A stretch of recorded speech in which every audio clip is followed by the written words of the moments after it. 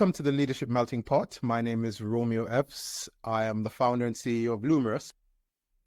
And as you know, the Leadership Melting Pot is brought to you by Lumerous, a social impact management consultancy. On this episode today, I'm so excited. We're going to be diving into a topic that is pretty much kind of well known in the business landscape, that of building organizational resilience. And we're looking at it from the standpoint of a blueprint for sustainable success. In today's rapidly changing and unpredictable business landscape, resilience is no longer a luxury, but a necessity for survival and for success. I mean, we all knew about the whole COVID-19 Black Swan event that took place in 2020-21 and the impact that had on a lot of our clients. And our guest today will be able to help us, with some of those challenges that businesses face during that period of time. So I'd like you to join us today as we delve in the world of organizational resilience and explore how businesses can build a stronger foundation to weather any storm. You know, in our lives, we're always told that as individuals, we need to be resilient, but businesses also need to be resilient as well. So on today's episode, we'll be discussing strategies for adapting to change, how to foster a resilient culture within the organization, how to measure progress on this journey. And for this discussion, I'm joined by an amazing guest today, Lisa Munro. Welcome, Lisa. Thank you, Romeo. Really excited to join you. Good. So let me tell you a little bit about Lisa's fascinating background. So Lisa is the co-founder and the chief commercial officer for WorkLife Digital. WorkLife Digital is an organizational psychology well-being platform modeled on cutting-edge scientific research. And I'm sure she'll tell us a little bit more of that as we delve through the podcast. It provides business-wide measurements and insights into mental well-being levels of staff and the overall organization, enabling the development of effective well-being strategies to drive productivity, resilience, retention, and sustainable growth. Lisa's life and career spans Africa, Asia Pacific, the UK, Europe, North America, and before we came on, she was telling me about New Zealand as well. So, it's truly global. So, and, she shares, one of the things I really like about Lisa is that she shares Lumerous's ethos of and passion of, helping businesses to be a force for good. So, with all of this extensive business background across B2B, B2C, and the FMCG industry, I'm pretty sure that you are in for a treat as we discuss the whole notion of organizational resilience. When I was reading through her bio, I saw where she worked with clients in helping them overcome, lots of failures around business continuity. She has great experience in working with organizations around COVID. And if you are in the UK, the whole notion of Brexit and all the implications that came out on the back of that. So, Lisa, welcome. Thank you very much for taking time out to do this. Thank you so much, Romeo. Good. I think where we can start, let's kick off with the first question of what is organizational resilience and why is it crucial to organization for their long-term success? I think you identified it quite accurately when you mentioned the amount of change that we see in the world these days.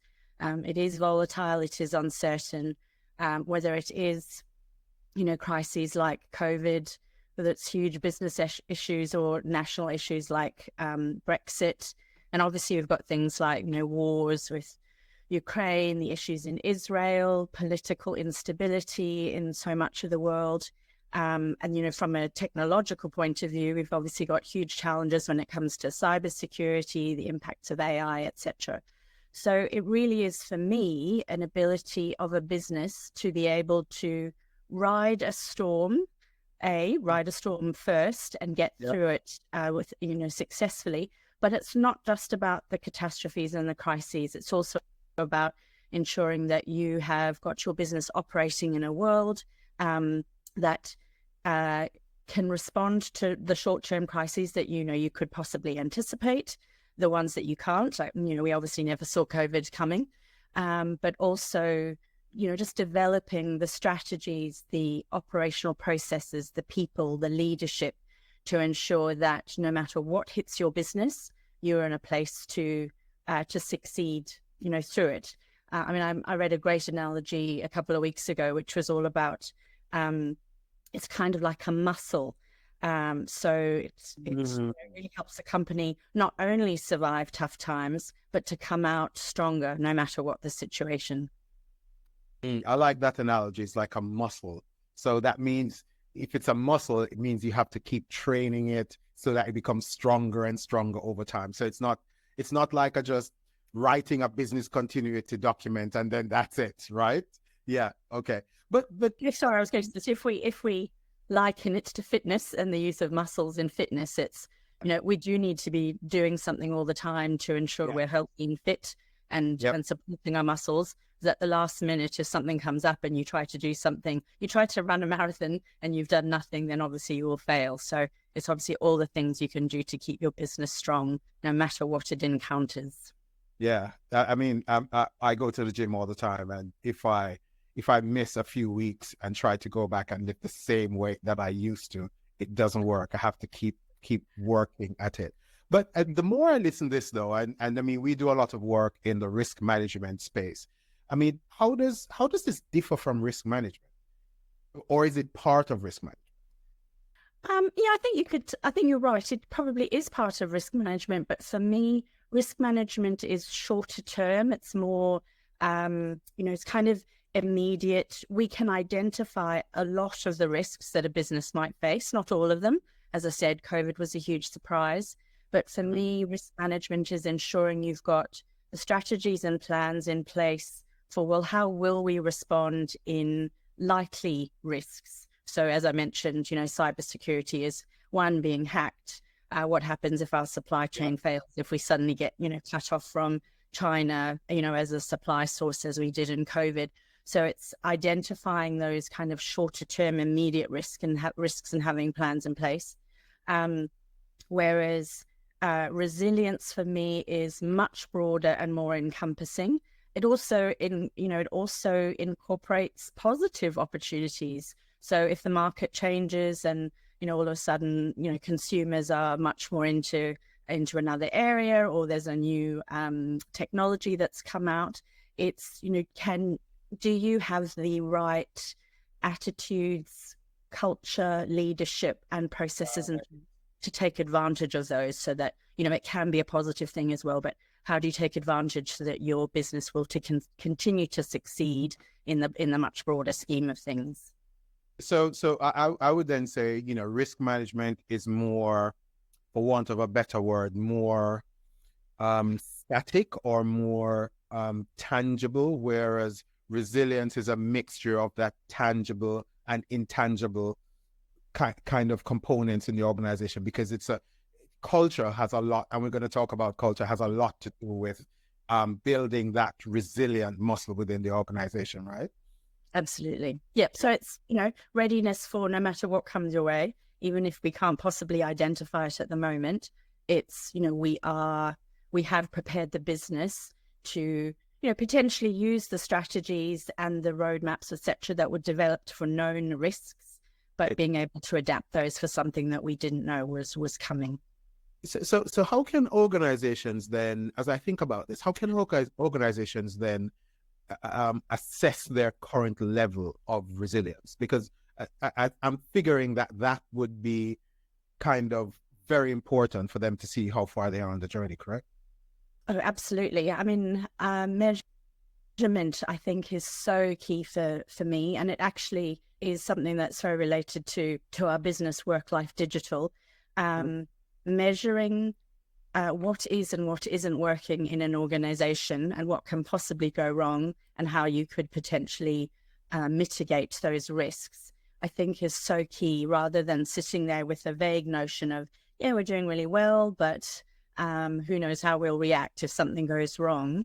It's, you really need to have those policies or theories or strategies in place to ensure that we can react when something happens. So are there like so the platform that you guys operate, is this like a self-assessment tool that organizations can use to help to do that, to kind of do an initial assessment of their organizational resilience and what level they're at? Absolutely. So we very much focus on the psychological, the mental well-being aspect of resilience. As I said, I think that is one of the very key elements for developing a resilient business, is how are you supporting your staff, how are you developing them, etc.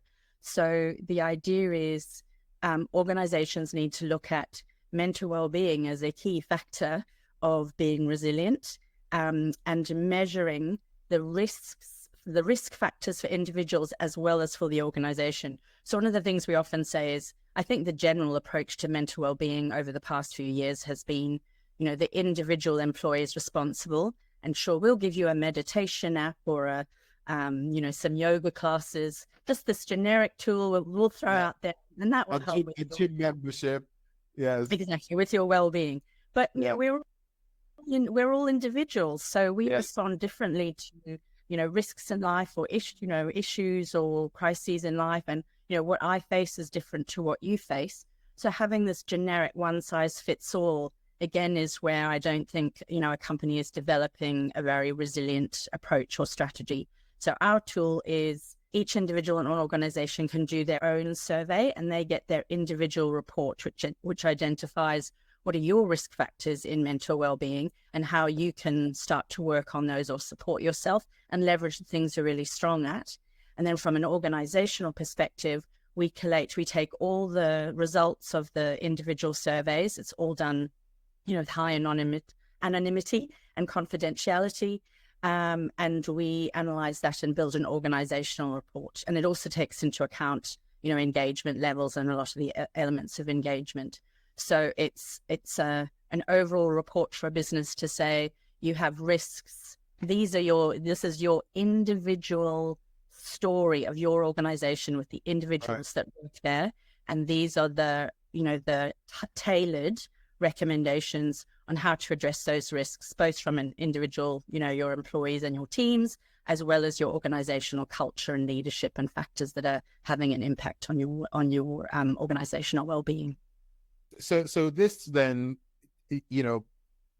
as I said at the beginning, that based on discussion so far, I can see where the whole issue of organizational resilience has a lot of untangible components, and culture is one of those quote unquote untangible components, in the sense that you can't put your finger on culture. It's something that's fluid and liquid. What role does culture play in organizational resilience, and especially the function of leadership in kind of building and cultivating that culture? Because I think that's the linchpin for me, really. No, absolutely. I think it's very much, culture is what has been developed by leadership to give a sense of, how do we want to run this company? How do we want to treat our staff, the ethos that we run the company by? So it'll capture things like leadership styles, for example.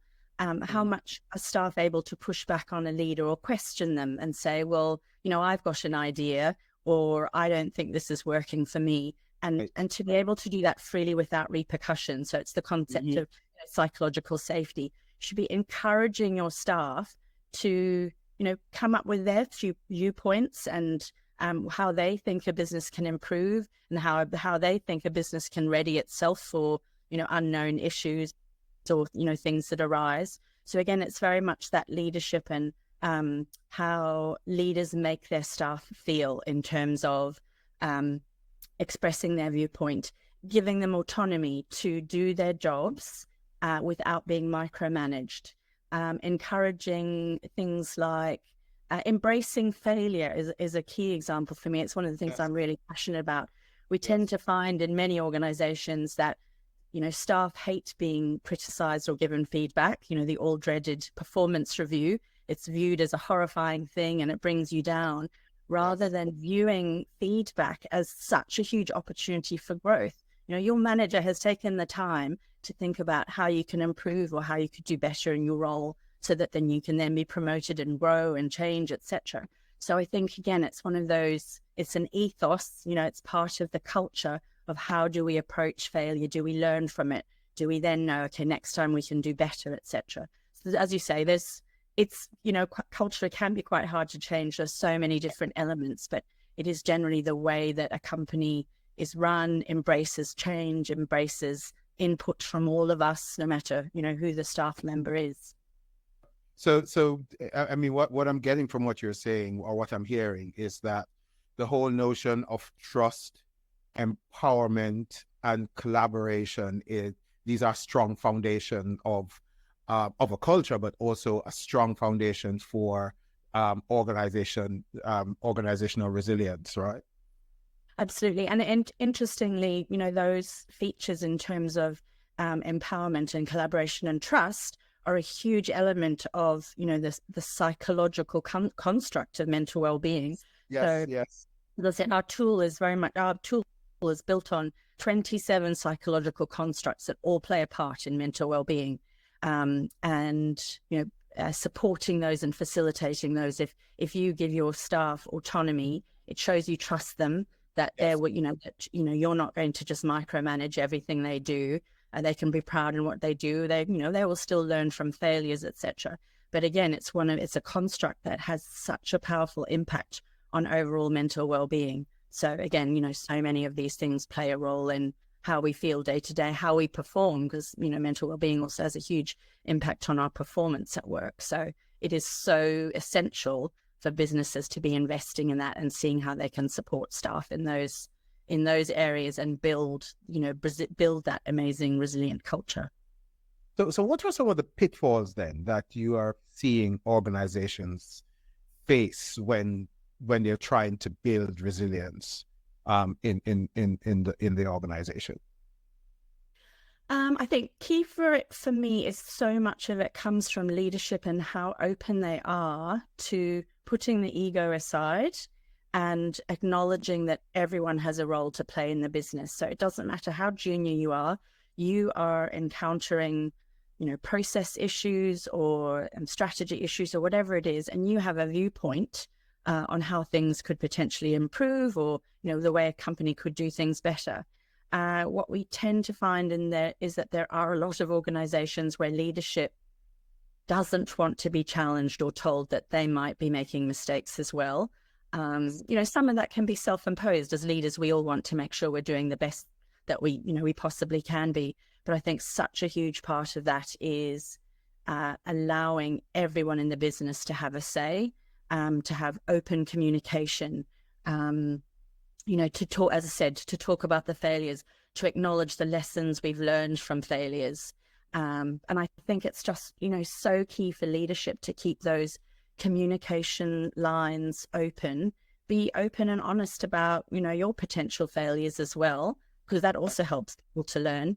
And, I think it was definitely one of the things that was a major lesson for me in the last business that I managed through failed acquisition and then COVID and Brexit. I want to reassure your team that everything's fine, it's all under control, you've got nothing to worry about, but it actually can, it can create issues in some way, in that people, they're not sure what's going on. There's so many challenges that are being faced. Am I going to lose my job? The company's not in a good way. So rather than plastering over the realities, it's really about, being open, being honest, taking ego out of the equation, and working collaboratively to, to do the best for the business.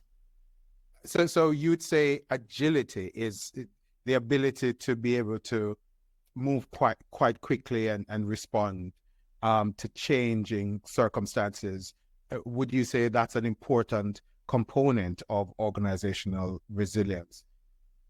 Absolutely. And again, some of that can come down to structure. If you've got a very complicated structure, a very tall organizational structure, it can take an awfully long time for decisions to be made. It has to go through various levels and, obviously slows the process down. So the flatter structure, definitely facilitates agility and quick decision making and responding to things in an adequate amount of time. And as I said, giving people within the organization the ability to voice their concerns or highlight issues or suggestions and improvements, again, is a way to improve agility, because you're getting everyone speaking all the time rather than just leaving it to one or two people to make a decision, maybe without all the knowledge. So, you're always making the right decision. So I think, that flatter structure, openness, communication and collaboration and people expressing viewpoint, I think is key to agility. And as you say, is such an important part of resilience. Is you need to be able to act quickly when something happens, whether it be a crisis or whether it be a market opportunity that you need to take advantage of before your competitor.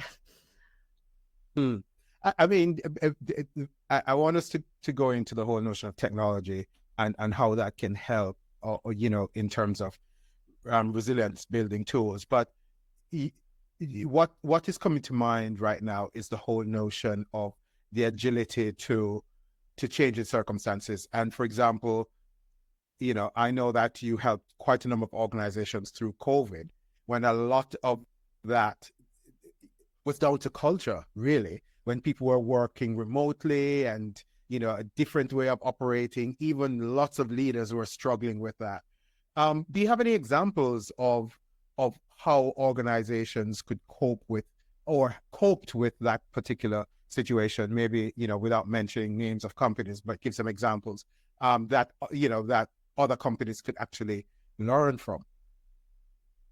Absolutely. I mean, I think, as I said, open-mindedness from leadership is key. The funny thing is, I actually think a lot of businesses actually did cope quite well in COVID, because it was such an unknown and we were all struggling to figure out what was the best thing to do.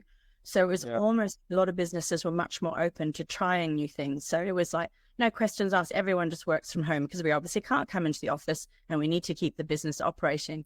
Whereas these days, I find it quite fascinating that a lot of organizations are almost, or maybe not a lot, but there are definitely examples of organizations who are reverting to this strict rule of, 5 days in the office. And there's no real rationale. I mean, I'm a huge fan of having people in the office to create relationships, to drive collaboration, to ensure that we're making decisions as quickly as possible, etc. But just to have a standard policy that isn't really evidenced in any way as to why, I do find it odd when companies don't continue to embrace some of the lessons we learned in COVID. And collaboration was key. It was, supporting our suppliers. What can we do to support you and your team? And you're doing, the same for us. So I definitely think that greater level of collaboration and support for businesses, even if they were competitors, was a behavior that I saw much more in COVID, and I think has started to decrease again. And it's all, we're just in it for ourselves and not seeing the same level of collaboration that we did.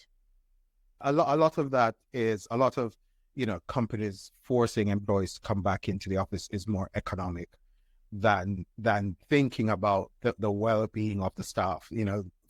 For us at Lumerus, we work on a remote first kind of work philosophy. We have a work philosophy that we call RAVE, which is remote, agile, virtual, and empowered. And so unless you're client facing, then you can work anywhere you want in the world, top of Mount Timbuktu or on the beach in the Bahamas, right? And in terms of agility, it's you choose the time that best suits you to deliver. We just say, look, is this your task, your project?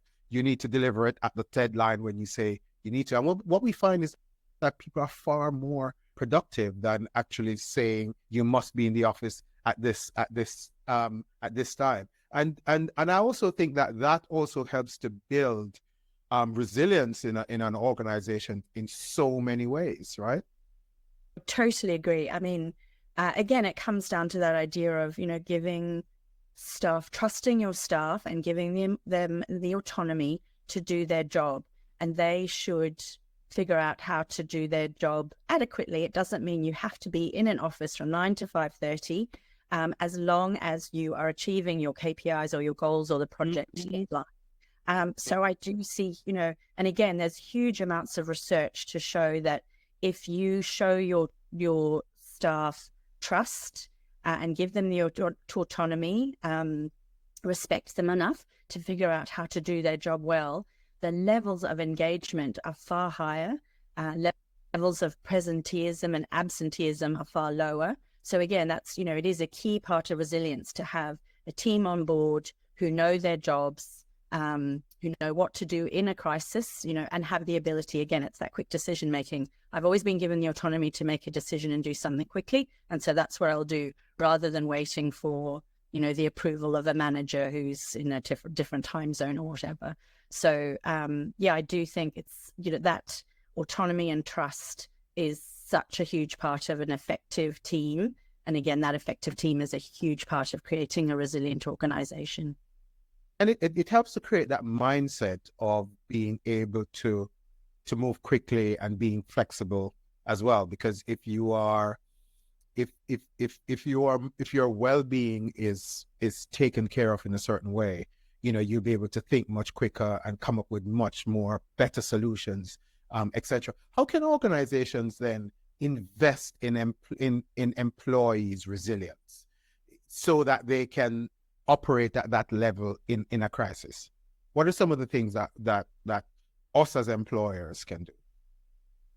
So I think some of it does go back to that autonomy, trusting them to develop the skills of how to run a project or be responsible for something on their own.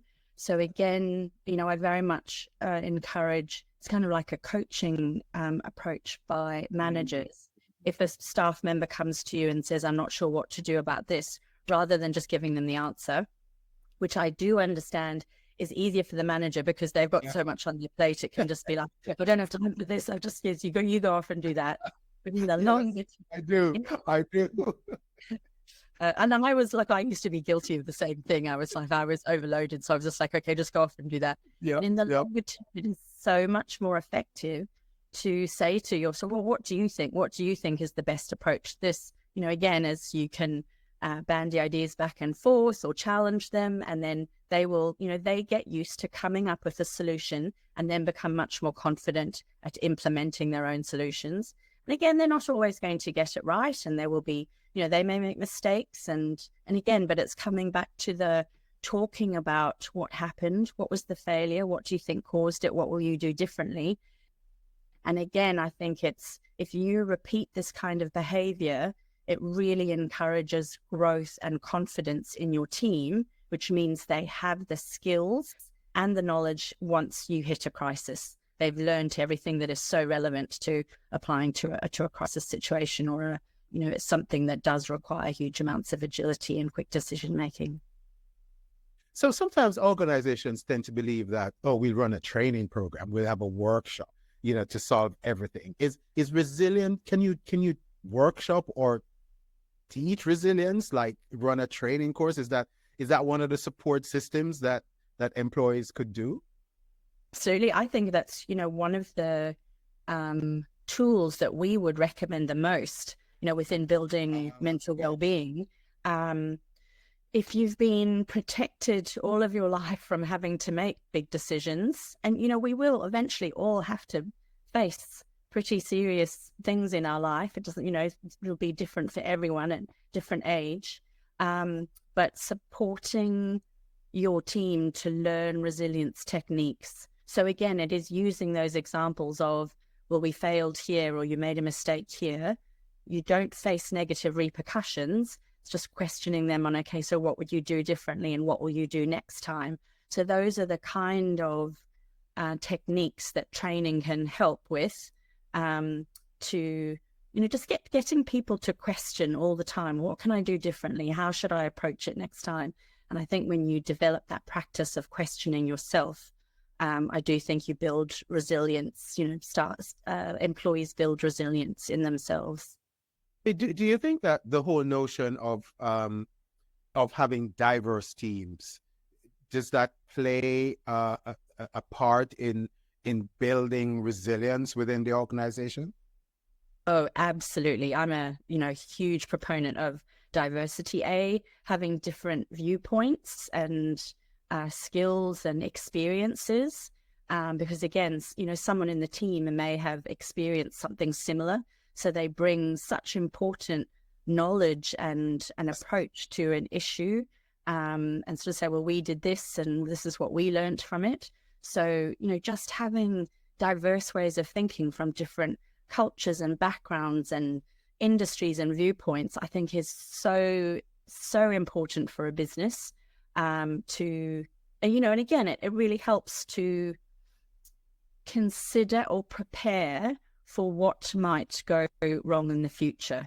As we say, resilient businesses are ones that prepare. They do take that time to step back and think, okay, what are some risks that we could face, we could be faced with, and how do we make sure we're ready to face those? And I think having that diversity and again, that the psychological safety of letting your team know that it doesn't matter what you suggest or question or challenge, you won't face negative repercussions if you're doing this in the best interests of the business. So yeah, I think diversity is such a valuable approach for businesses. And I mean, there are so many studies out there that shows that diverse teams, are more innovative teams. They come up with more innovation, and innovation can help organizations to identify new opportunities, develop new products and services, create new business model, because this whole culture of experimentation and risk taking, as we spoke about. So how can organizations leverage innovation, such as technological innovation, such as your platform, as a resilience building tool? I think a lot of it is to do with the thinking of, I always use, it's a very old example, but the example of Netflix versus Blockbuster and how Netflix approached innovation versus Blockbuster. So Netflix very quickly identified that technology was changing things quite quickly. We were no longer, needed to go to a physical place to borrow a video or a DVD. And there were technology opportunities to become more responsive, to deliver what consumers wanted in the home. And they also use technology to analyze habits and choices that consumers were making, so they could deliver a more individual solution and offering to each customer.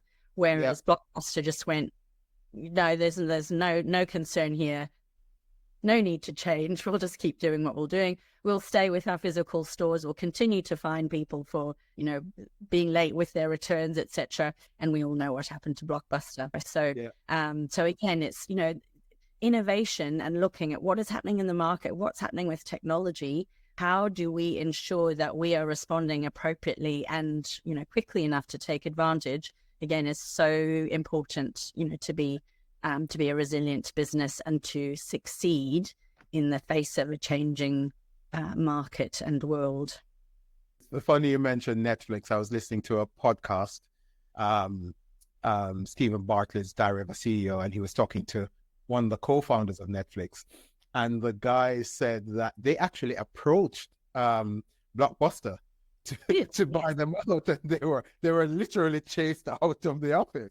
Then eventually, when they saw that Netflix was gaining traction, they actually went after Netflix. But changed. Their CEO then changed, and then the new CEO decided to drop that, and then Blockbuster went on that since then. So yeah, that's a really good example of building organizational resilience, because he was also talking about the culture of Netflix at that time and how the team was super hungry to innovate and iterate, and the fact that they were so agile on their feet to be able to just kind of move quickly. in terms of getting stuff done, which is a great part of the whole notion of organizational resilience. What are some of the KPIs, or let's say, matrices that organizations should track to see, their progress as far as resilience is concerned? I mean, you mentioned your platform measuring wellness, within the business.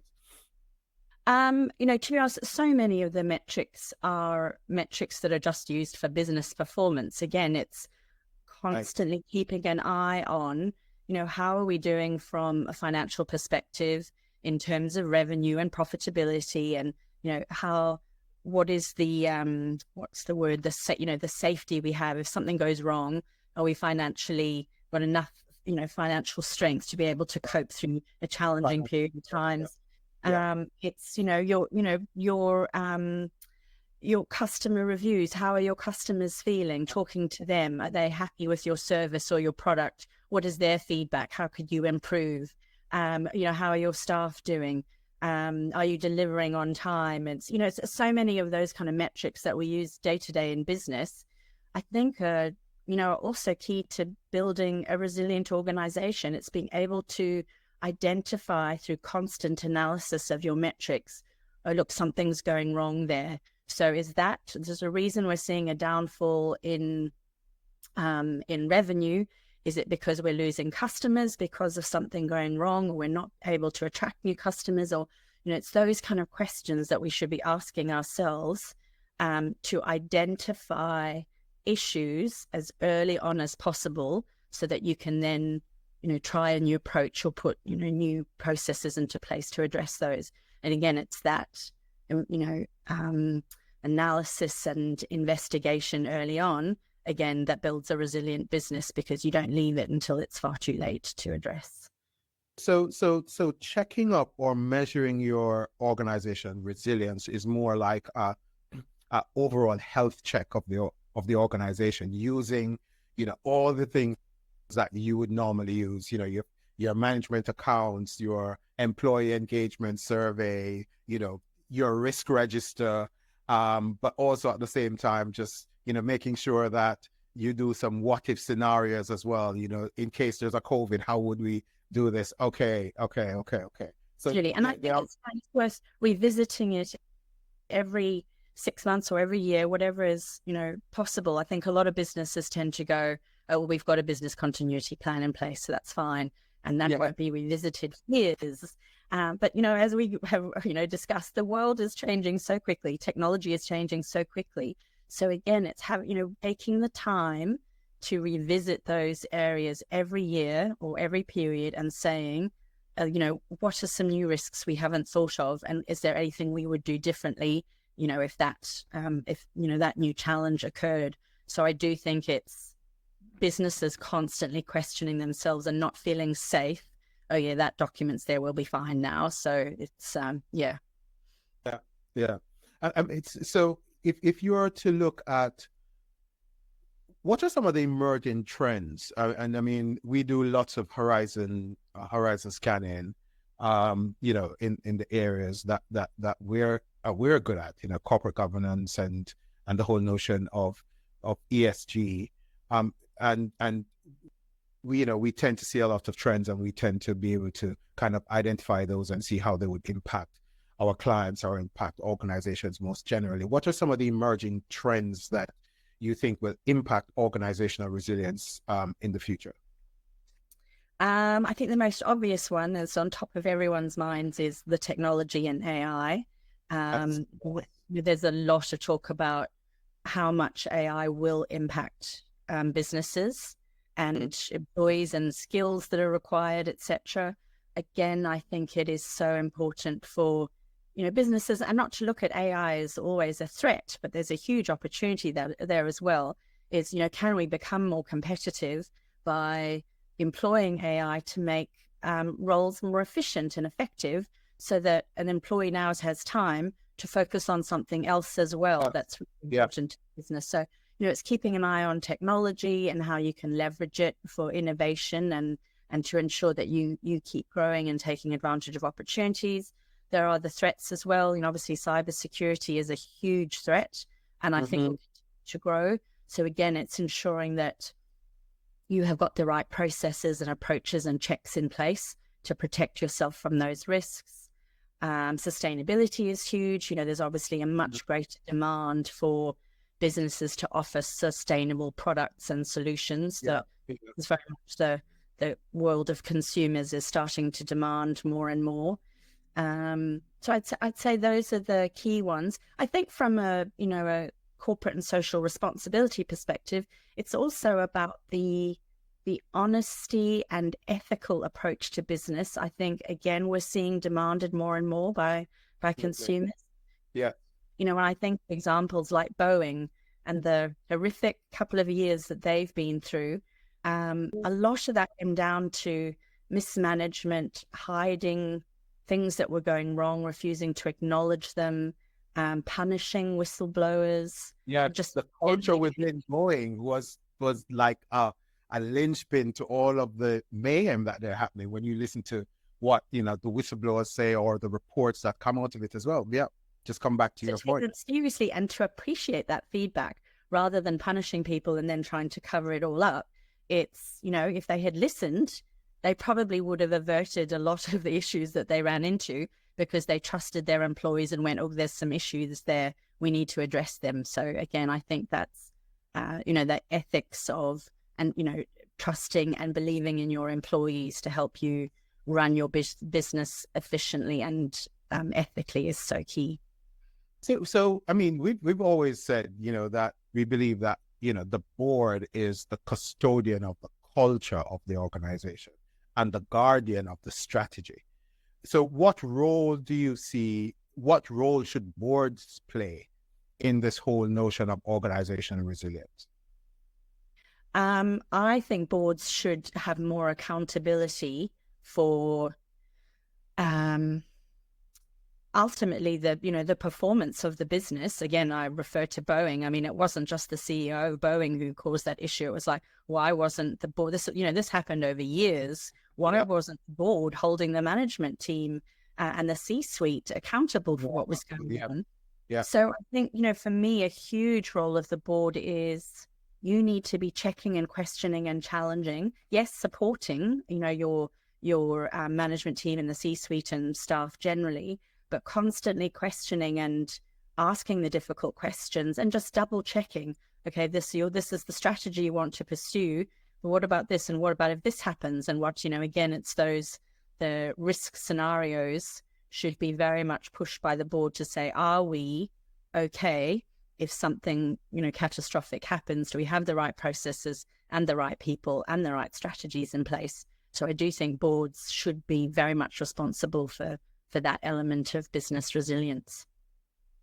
I think technology is definitely going to play a really, really big part in the whole notion of organizational resilience, especially when it comes on to like data analytics, just looking at, for example, if you want to look at your financial health over a 5-year period, you'll be able to do that quite quickly. But more importantly, especially the technology that your business is a part of, helping in terms of that critical linchpin or the foundation of what organizational resilience is about, the culture. So what role do you think technologies, especially like the one that you guys deal with in terms of wellness, is playing in building resilience within organizations?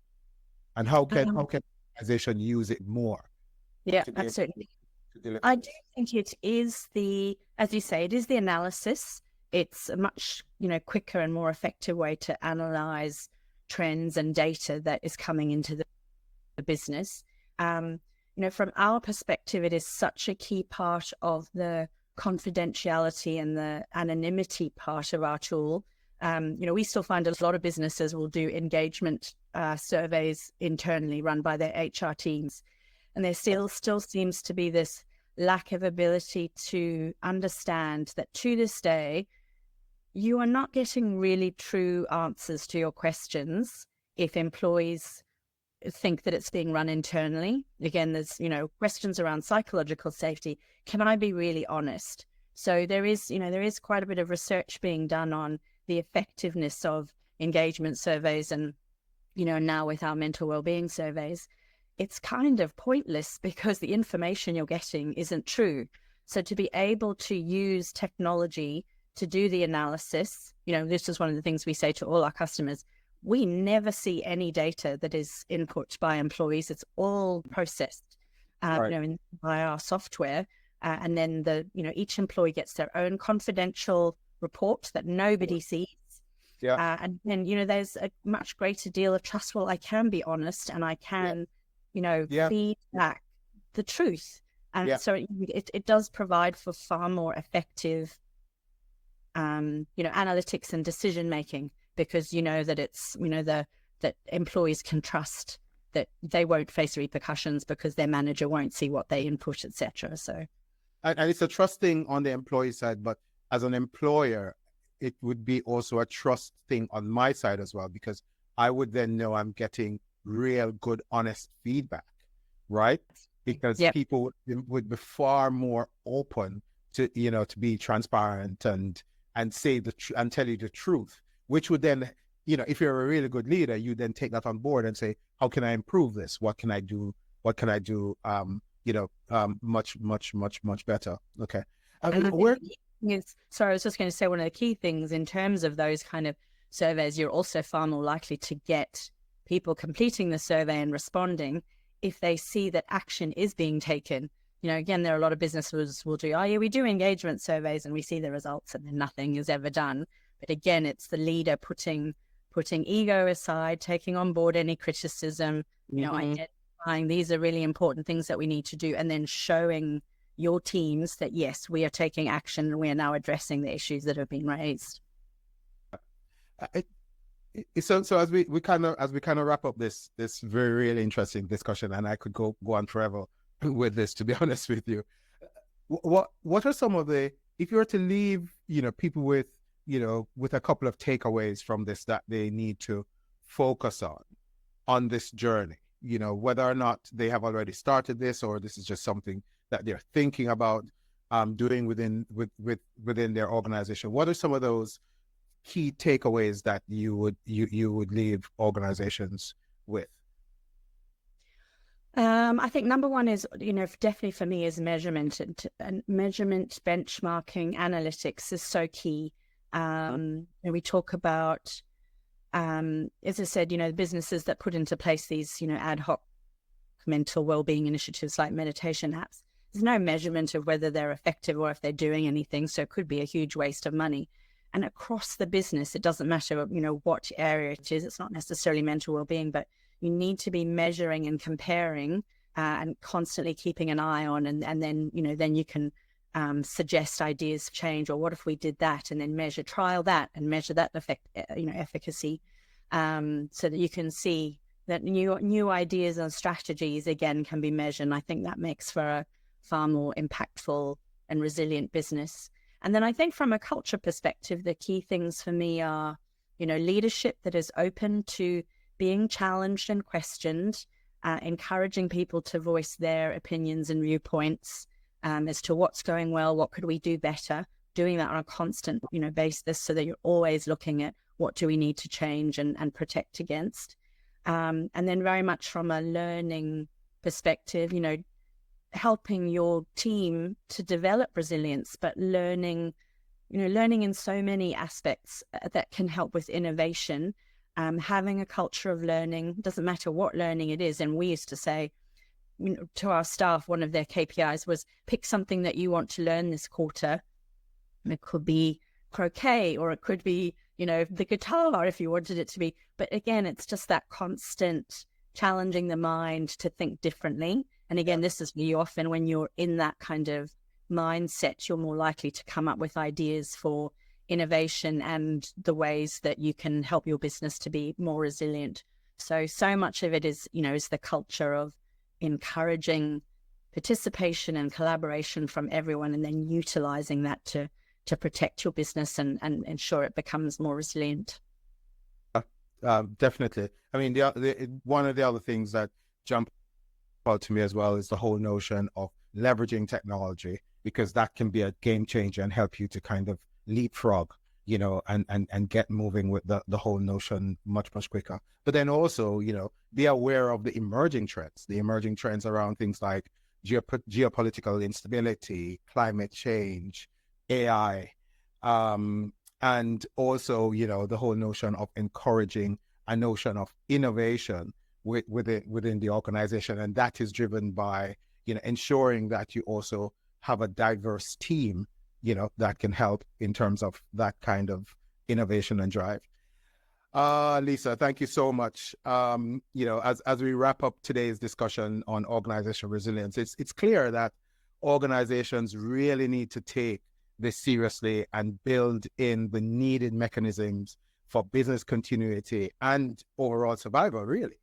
And even though there are significant challenges, as Lisa have pointed out some of those pitfalls during the conversation, it also offers unique opportunities for businesses to elevate their customer relationships by ensuring that they're protecting their customers, and also the continuation provide the continuation of the goods and services that they provide to their customer base, and also driving the sustainable growth and of the organization. As I often say about these things, it's a journey, not a sprint, right? So, or as my team will always, they're tired of hearing me say, it's a Mo Farah, not a Usain Bolt. I hope our conversation have provided you with some valuable insights and practical strategies to progress your organizational resilience, no matter where you are on this journey.